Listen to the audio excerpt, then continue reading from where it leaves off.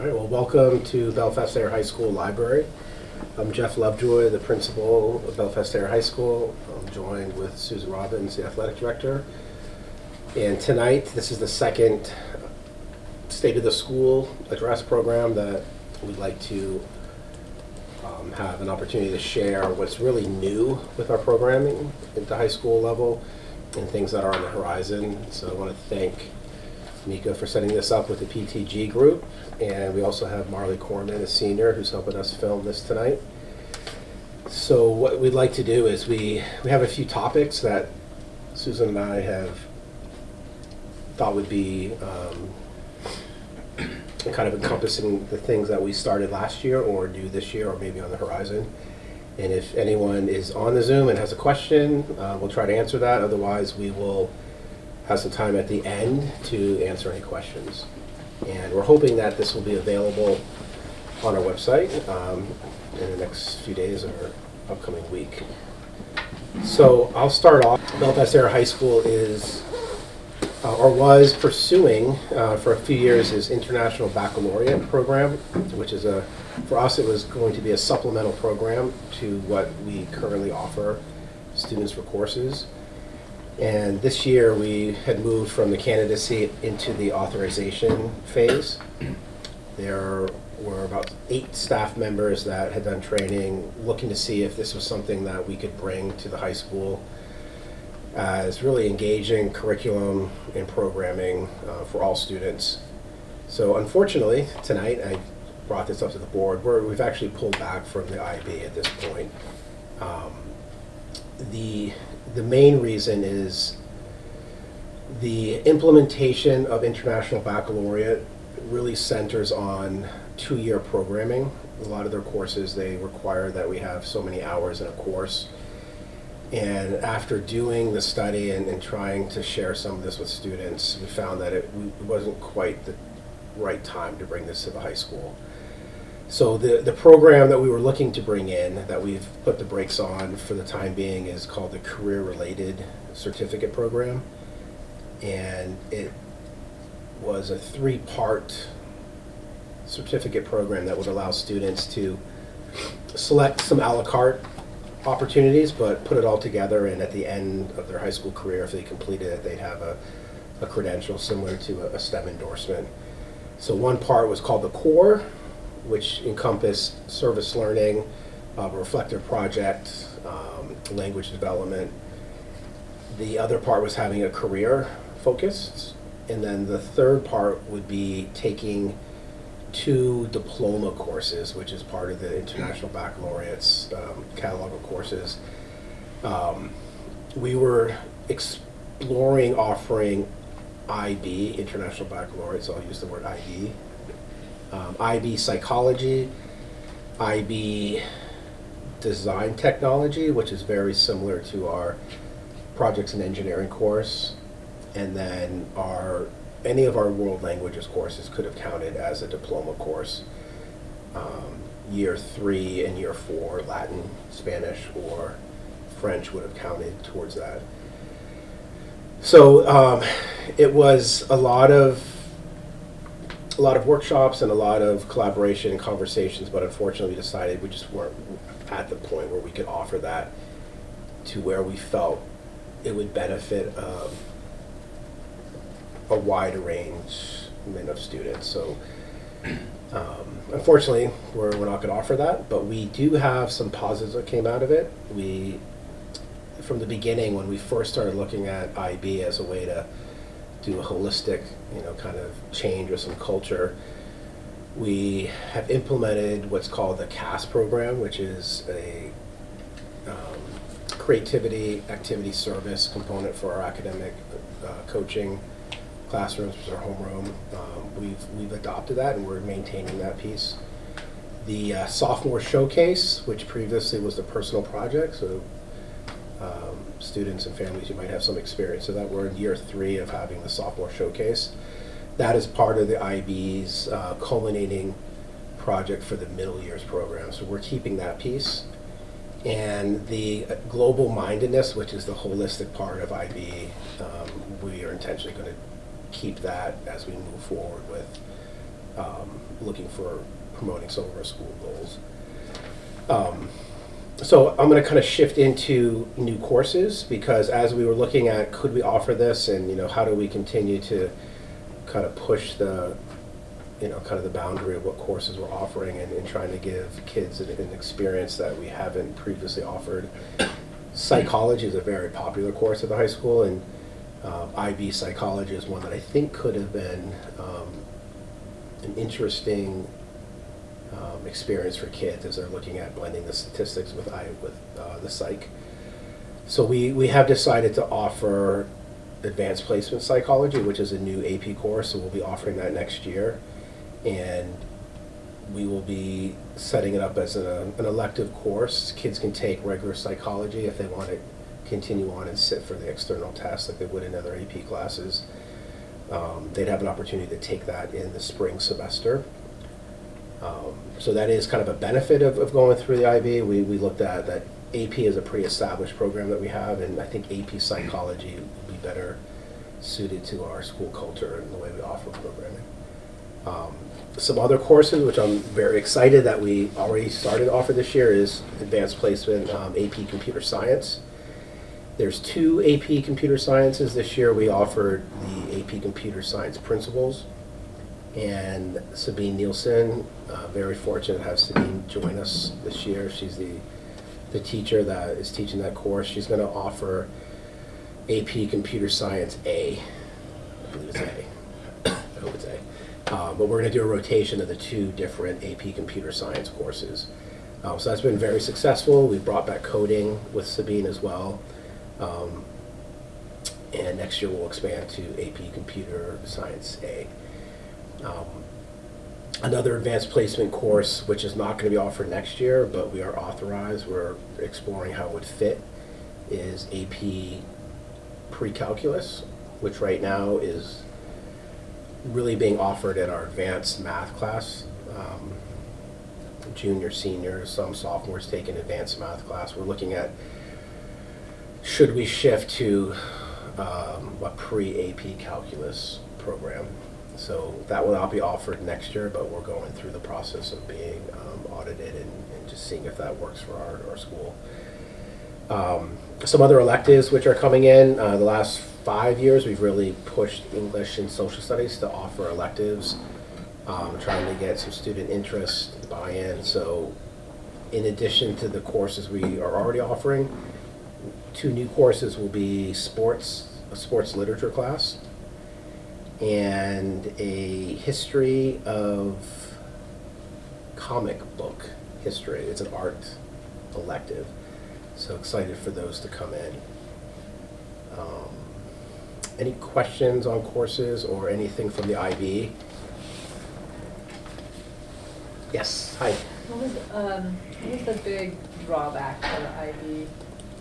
What is the drawback? Yeah, what was the big deciding factor? Yeah, so it was a hard decision. This year we had to decide, do we went from the candidacy phase into the authorization. So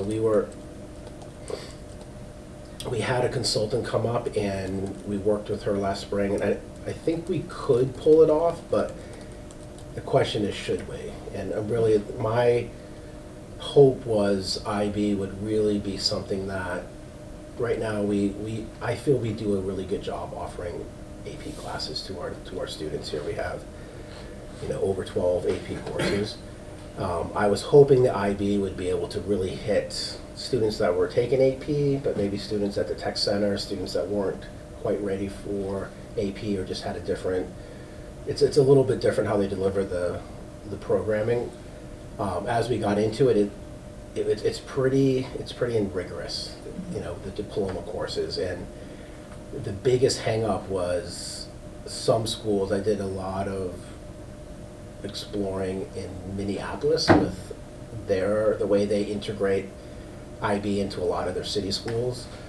They were looking at doing sort of a junior year into a senior year. You take a semester, you can mix it together, and the IB has pulled back on that. So they were pretty creative, allowing schools to make it work for their scheduling and programming.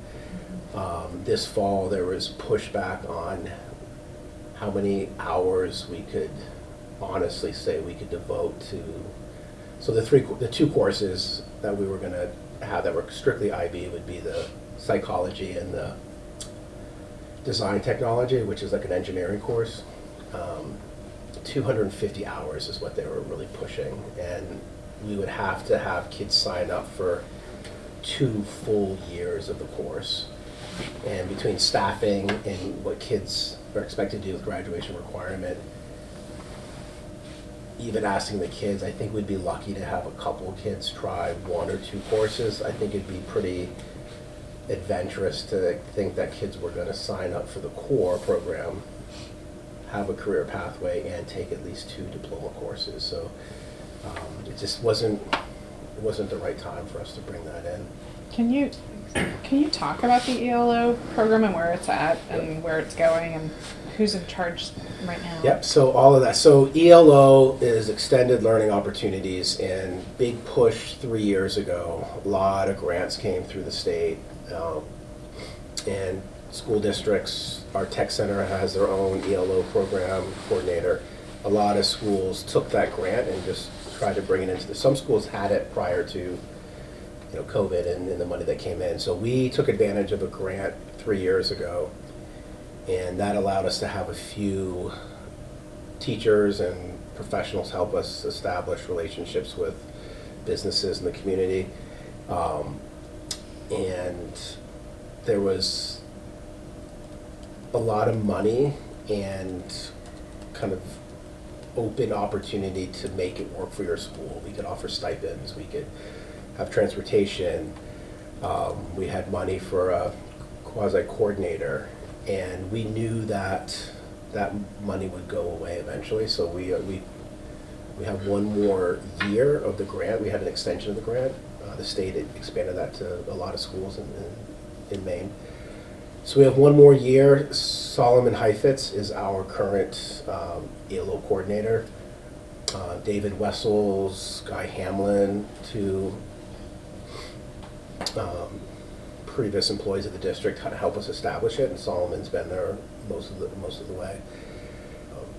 So I've talked a lot. I'm gonna give Ms. Bobbins the chance to talk a little bit about some other things. Yeah, absolutely. So my name is Susan Robbins, athletic director here. I recently took on the middle school program as well, so try to get my feet wet and get familiar with that program as well. But we've had a great school year so far. Our esports are on their 3rd state championship. Field hockey won a state championship in the fall, which was very exciting to be a part of. And also, more recently, our 8th grade girls won the bus line championship for basketball, which was very exciting. They hadn't won that in over 15 years, so that's great. We also, last year you can see my shirt, Grow Girls Wrestling. Last year we had 3 girls, and now we're up to 8 total. So trying to create more opportunities for our girls in that area, in particular, just because there's interest. So we want to try to afford interest when there is in certain sports. I know we have a parent in the room of a student who's an alpine skier who's connected to Camden, so I think that's been a good experience. I spoke with him today. So we try to offer opportunities if there is an interest, so people can keep that in mind. Let's see, for the middle school athletic programming, we're actually going to move away from the bus line league, just because there's mainly Camden, Madomic, and Oceanside, who are our biggest rivals, so to speak, are the bigger schools, and then after that it drops off dramatically about the teams that we are participating in, and those are fairly lopsided games, so I feel like it's best for us to move into the Eastern Maine League and participate at the middle school level with schools that are more our size as far as developing programs. So we're gonna, in that league, there's Ellsworth, Bangor, Brewer, Herman, Hamden. It's also a little bit shorter to those area schools rather than going to Richmond and Great Salt Bay and so forth. So that's a big change for us. Also, unified basketball at the high school and middle school level is starting up. If you haven't been to a unified basketball game, do yourself a favor. It's very exciting. and very heartfelt. So we've got a great group of partners as well as student athletes. So they are actually starting, and they had a game today, and we've got plenty of home games coming up. I'm in the process of creating sensitivity training for our coaches in diversity, equity, and inclusion. Just because I know we have a representative group here that we need to make sure that our kids feel safe in our athletic programs. There's a lot going around, not even in our state, but the country right now. And we need to make sure that our coaches are educated on how to handle certain issues in our school. So that's a big one. Also, lots of facility upgrades. I think one of the things when I came back, a big focus was to just kind of bring our athletic facilities on up to par, so to speak.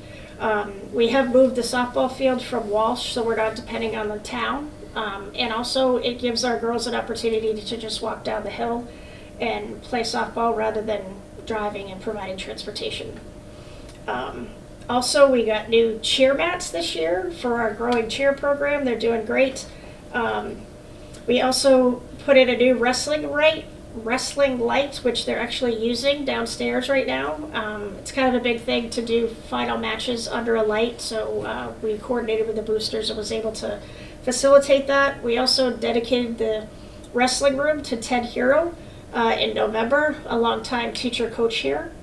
And also did an upgrade to the flooring in there to take away, to get all the asbestos out and really spruce that room up a little bit. We took the wooden bleachers out, and now we have some portable bleachers in here that we could use for swim and for wrestling. Got our swim team a new timing system that was much needed. Also grinded down the starting blocks, which is about the best we can do to update our starting block situation. Also, the gym floor was redone over the summer. Well, actually, no, it wasn't over the summer. It was in October. And we also replaced the two main hoops because those were pretty old in and of themselves. Also, reorganized the banners over the summer. People probably didn't realize that, but just trying to make our facilities, like, spruce them up a little bit and give them the attention that they need. So that's been one of our focuses. People probably want to also get an update on the athletic facility. Obviously, we're doing a capital campaign for that project. We've raised enough money to keep up with permitting right now. So right now we're working with the town and also the state to get the project approved. So that's kind of where we are at the moment. Still getting money trickling in from all the alumni associations. So thank you, alumni.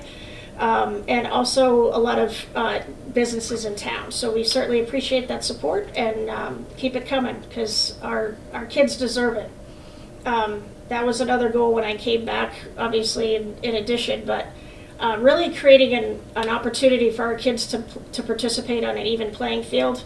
And with regard to that, I think the field, our game field right now is in disrepair as well as the track, and we could really use some updated facilities so that our kids get the experience that they need, that they deserve here. So. And the Waterfall Arts Anderson Field, whatever people call it, the field across the street, Susan mentioned that's where the softball field used to be, and it was been renovated really last year. Yeah. But this year, the hope with dugouts coming, so softball will be there. Soccer will continue to practice there, as well as football on the field across from the parking lot. But with the turf, all teams, field hockey, softball, softball, but all teams in the fall and spring can practice on it. I think right now there's been a rotation of everyone needs the full field to practice, but we've been really cautious about destroying that field for a late September, October game. So the excitement is that there'll be a rotation that everyone can get equal access to practice on grass and turf. So that's the hope. Any other questions about athletics? Oh, here's a question. Sorry, there is a question from the Zoom. Are we still on track to start construction this spring on the field project? Excuse me. That's a good question. We're currently working on some options to make that happen, but we should know more in the next 6 or 8 weeks on that, whether or not we're going to be able to start in the summer, but if not, we're certainly hoping close soon thereafter. So when we have more information, we'll get that out to the community, because obviously that, if it is going to impact fall sports, we want people to know that. Right, so I think permitting, and as Susan said, like the momentum's there, where there's between the state and the local and the school board. I think the reality is that moving forward, it is still, we're poised for it right now. Initially, and we go back to 2 years ago or 3 years ago when we initially started and Susan took over, the hope last year was that things would come in place to have a fall season end of this year and then a spring season. So the goal is still moving forward, and the timeline has now shifted. I can say that next spring would be when track could get onto the track, and then the fall of 2026 would be when we'd have fall sports on the field. So the hope is to begin that process, but since everything has been shifted, they would begin, but the fall wouldn't be completed this year. It would be the following season. Is there a contingency plan if they've got the field tore up for soccer or football? Like, where would they go, or would? Oh yeah, there's plenty of fields around. We would obviously be relying on the middle school, but they have the same field situation that we do. So trying to keep people, I mean, it'll be a little rough if we were to build, but the good news is if we were to build in the spring of 2026, then we wouldn't really have to displace anybody at all. So, because the field would be potentially done over the summer. Right, so we could start this summer, or we could pivot and pause so that So you're saying season isn't starting the impacted. spring of 26? That's an option Potentially. of waiting and having a full season on the field now, Yeah. and then waiting to interrupt that until next April. I think there's a lot of factors that go in. Sure. Every year you wait, price goes up. There's different permitting windows. So I think it still behooves us to move forward. And I think once the green light is turned on for us, I think we'll move pretty aggressively to try to go as quickly as possible to reduce the impact of too many seasons lost. Is there any feeling on what the school board is leaning towards? That's what we're really hoping in the next couple of weeks with, we're in budget season, audit just came out recently. I think that's what we're hoping is that there'll be some discussion at the board level in terms of, support for how quickly we move forward. So yes, we're very optimistic that there'll be board support. There is 3 different projects that they're really focusing on, one of which is the athletic facility, but also bus garage and also school consolidation. So those are kind of the 3 things they're mulling over and figuring out what they would like to fund. So. Jeff, could you speak quickly about the school budgeting process and what we parents and families should be paying attention to this spring? Sure. So we just, we had like a bi-monthly, I guess that's what you said, admin meeting this morning. So the budget process, all schools have turned in their budgets of what they would like for programming and staffing, and the process this year, every year is a little different based on superintendent and the board makeup. So the process we're in right now is each school still has to meet with the superintendent, so we're waiting for that piece. I believe March is the first, I can put this out, but I believe in March is when the board is going to start talking about the budget, so that will start the process of looking at what each school has presented, and then really looking at the conversation between, we're going to have more than, the 0% increase versus a 3% versus a 5%. That's really the discussion right now is, the board has asked for a fairly flat, increase to the budget. However, they have also said, we'd like to know exactly what you want for programming. So even though that's, they want to be prudent with money, they've asked for us to really lay out exactly what we want.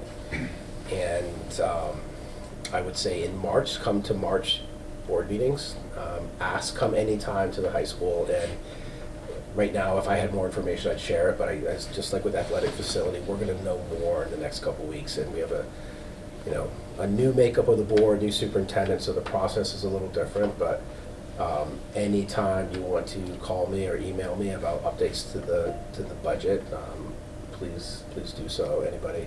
But the next step is March is when the board will start to look at budgets, and they want to go through cost centers within the budget. It's also important to note that there's public participation at every school committee meeting, so if people want to come, they've got 2 minutes to speak. There's no guarantee you'll get an answer to your question, but at least you will be able to voice your concerns or questions. And, at the moment, cuts has not really been a discussion, which is always something that, I think staff and community members and administration are nervous about, whether it's staffing cuts or cuts to programs. So what I'm hearing is that we're not looking for that. We're not looking to cut. It's really, the question right now is, how do we allocate funds and continue to offer the programs we have, as well as be progressive? There's still new things that we want to push. So I'll kind of lead into alternative education is something we've talked about at the school level and the district level, a need for extending BCOPE, which is our alternative ed high school, extending that model to an 8th and 9th transition, as well as potentially down into the middle school level. We feel pretty confident that we can offer an 8th, 9th transition model based off BCOPE's model next year with limited budget implications. So we're pretty excited for that. So please come to board meetings to hear how that's being presented. In terms of other new programming, that's really the only big push that I'm asking for. All the new courses that I mentioned at the beginning of this evening, we can do with our existing staff. So I feel confident that the high school is going to continue to kind of push the envelope with offering courses without having to give up anything. So great question. I'm not trying to speak around it, but March is really the time that I would pay attention and come to meetings, because the agendas will be public, and that's a time to speak to anything that you see as meaningful to you and things that you want to support. I just want to kind of put that out, that alternative education is one piece that we talked about today that all administrators support. Try to find a way to bring that in to help students at different gates in education. Yes? Do you know how much your costs have gone up, if at all, over the last year? Like in order for a flat budget, what would that imply that you're cutting something? Salaries, utilities, etc.? It's just normal increase of what the budget would need to be to stay.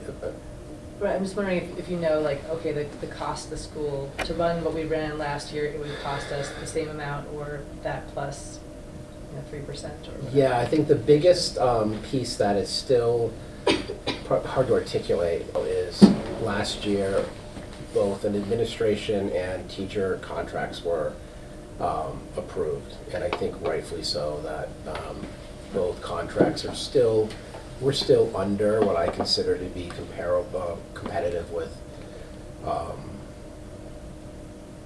other schools in our area of our size. So last year was a big jump to get us up to Oceanside, Madomic. We didn't really look at smaller schools or like a Camden or Searsport. We tried to look at schools that are about our size and demographic. So that was a big part of the budget. And in order to maintain that growth over 3 years, it's a 3-year contract, I would say I would be, and this is me looking at economics and the budget, that I think it would be very difficult to not have at least a 3 to 5% increase in the budget. So that's pretty variable, but Yeah. I would say if you're looking to support education, 3% is pretty normal to be looking, as you know, you're keeping up with salaries and programming and costs and utilities. I'm being pretty conservative. You know, some people would say probably more, but I think 5% increase would be something that would be needed to keep us moving with all the programs, whether it's kindergarten, pre-K, all the way up through technology. I think it would be very difficult to do something less than 5%. I think what people need to understand as well is that even before you start, all of those salaries are at least a 2.5% increase. So like every year, even if you were going flat, that's how much teacher salaries are going up as well. So I think, you know, it's nearly impossible to come in flat, right? But the other thing we're dealing with right now is the COVID cliff. So there was a lot of federal funding that schools got, and the things that we really want to keep need to get funded, right? So some of the things that we had the luxury of getting with COVID money, we still have to find a way to support that now. So I think we're still on the edge of that, you know, trying to get the money we need to actually operate with those supports in place, like social workers and things like that. Yeah, another kind of tangible example is over the last 2 years, we've kind of ripped up the high school at different intervals for the tiles, you know, for asbestos tiling, trying to remove that safely. Excuse me. And that money has really been, you know, fortunately come through ESSER money, so through that COVID relief money. So some of these are like big time purchases that we're looking at. We talked about grants, so the Marine Institute, ELOs, grants got us, I think, moving in the right direction, but we know that, as Susan said, to sustain it, there's going to have to be some local money put in to sustain the program. So we're really trying to find a way, like partnering with the tech center with the CTE program. They're paying, you know, half the salary, half the money's coming in. So there's ways to partner so that we're not taking the full brunt of that. And with the Marine Institute looking to like move that into an existing program, JMG, we're trying to find ways to make up for, you know, a full salary or programming that we were relying on grant money for. So it's not going to be, we don't need that same level, but there is a percentage that we can't just absorb it. We have to have a little bit in the budget to keep it going. So that's where I feel like that 5% is an appropriate request to maintain what I think has been fairly progressive but prudent spending of the COVID money that came in. And we're speaking from the high school. I mean, our counterparts, elementary, middle school, have been doing the same, but I can only really speak for the high school. These are things that we're trying, anything that we've taken a grant for, we're really trying to be careful that we can sustain it. And that's misleading because there's so many grants that come through, and I'm all about going after money, but if we can't sustain it, it's actually doing a disservice to kids in the school to take money to run something for a year or two to then say we can't afford it, or ask the district to, you know, to pay for that whole program without, you know, an alternative way to maintain it. I think I'll just invite all of our viewers out there to come talk about, there are some new things that Belfast Area High School has done in the last 2 years, and the three I just want to highlight is our attendance policy for credit. We started this last year and we're continuing it this year. It is not intended to fight truancy. We have a dropout prevention program. Truancy and attendance is a battle for a lot of communities. What we did last year is we tried to find a fair marriage between being in class and being eligible to receive credit. There were starting to become, maybe it was with coming out of COVID and having open campus, but there was, students were struggling with coming back to school on time or coming at all, but then maybe still performing well on certain exams. So to speak to that, okay, if you can do well on a test, why can't you get credit? So the conversation is there's still valuable, meaningful instruction in the school. And the attendance policy we created last year, which was supported by the board, is that students don't have to be perfect, but we expect students to be in school a minimum of 85% of a semester.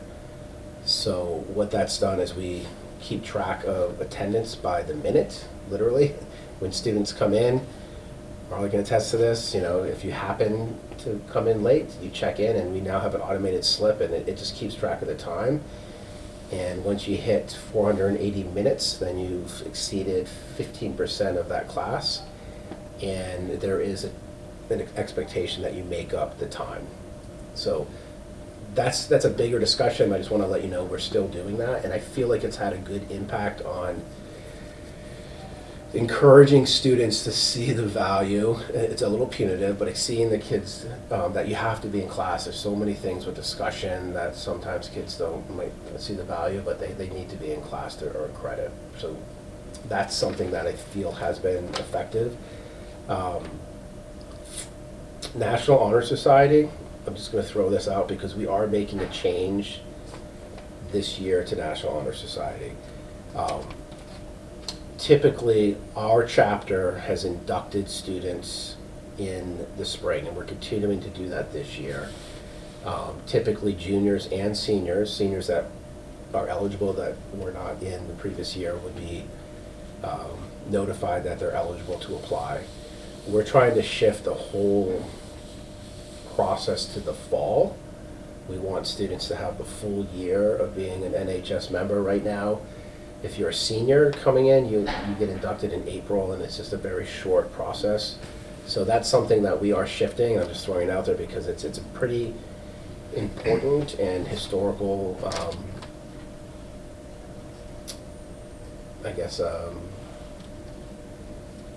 achievement for a lot of kids that are in our school to go after NHS. So this year, we are only offering the induction to seniors. Juniors that normally would come in, we're giving them that opportunity in May to consider the application so that next year in September they would apply their senior year. We're also giving sophomores that are rising juniors an opportunity. So we're just kind of shifting, instead of a spring, we're shifting to the fall. So that is something that I wanted to put out there because we're in it right now. A few seniors are giving, the applications are coming in, but we're only inducting seniors this year, and there's a reason for it. And I would say the three things we didn't get to touch on tonight was our school goals. We do have 2 school goals that we started this year out with, and I'm going to add a third one. But the 2 that our staff have looked at is school safety and really looking at personal learning plans, which was something that came in last year. I'll start with school safety. The first thing is really trying to nail down our, God forbid we have an emergency that we need to relocate.